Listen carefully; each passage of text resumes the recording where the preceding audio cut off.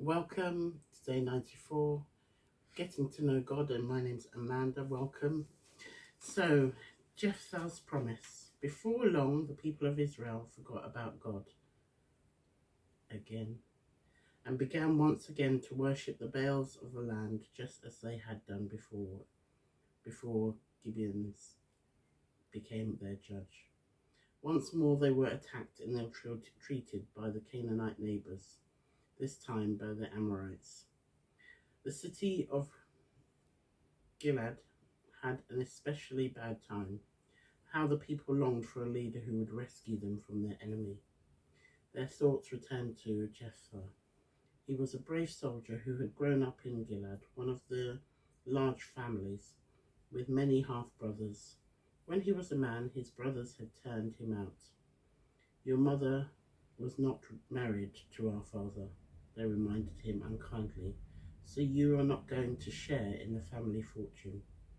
Jephthah left home and lived in the wild and wandering life. Now he was the chief of a band of young fighting men. The people of Gilead sent Jephthah a message. "Come back, Jephthah," they said. "We want you to lead us in battle against the Amorites." "You hated me so much, you turned me out," Jephthah replied. "Why do you expect me to come and hurry back now when you are in trouble? If I do come, I shall want to return as a leader in Gilead once the fighting is over." The people in Gilead gladly agreed to his terms. At first, Jephthah tried to persuade the Amorites to make peace, but when he saw that they were set on war, he gathered his army together. Then he did something very foolish and wrong. To try to persuade God to be on his side, he made a rash promise. "If you give me victory, God," he vowed, "I will give you as a sacrifice whatever I see when I return to my home." Jephthah led Egypt's army against the Amorites and won a great victory. Tired but triumphant, he began the journey home. As he drew near to the house, he heard the sound of sweet music.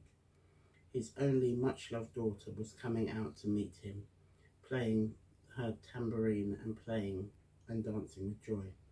Jephthah's happiness turned to horror and dismay as he looked at his only child. "Why did it have to be you?" he sobbed. "How can I keep my vow?" Jephthah would not break his promise, though he was heartbroken and his daughter filled of grief. But God must have been saddened at all. He did not need Jephthah's bride. He had shown Abraham that he did not want human sacrifice. He only wanted the trust and loving obedience of his people. What do you think of that then?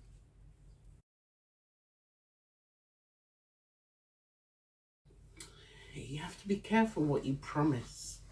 Not only what you promise to God, but what you promise to other people. Although in this day and age, not many people honour their word, because your word is your bond. And if you don't honour your word, you're not trustworthy, you're not reliable, you're not somebody that people will trust at all. And so God wanted what was the most valuable to him, which was his daughter. And if he wasn't prepared to give up his daughter, then he should not have promised something so abstract, which was about, whatever I see when I come back, I'll give it to you. You should be more specific. So the lesson for me is just about the promises that I make, or the promises that I'm going to make.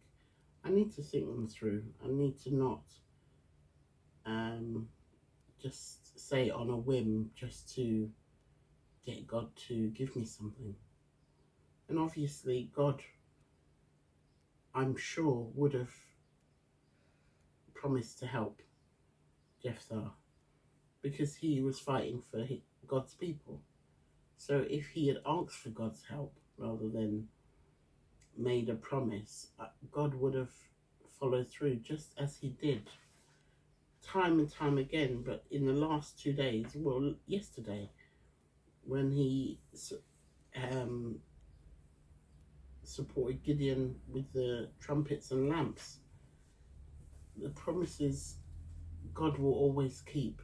But as people, it's harder for us because we feel we have so much to lose and very little to gain, but in fact there's so much to gain and very little to lose. So I don't know if that helps anybody, but I hope it does. God bless you.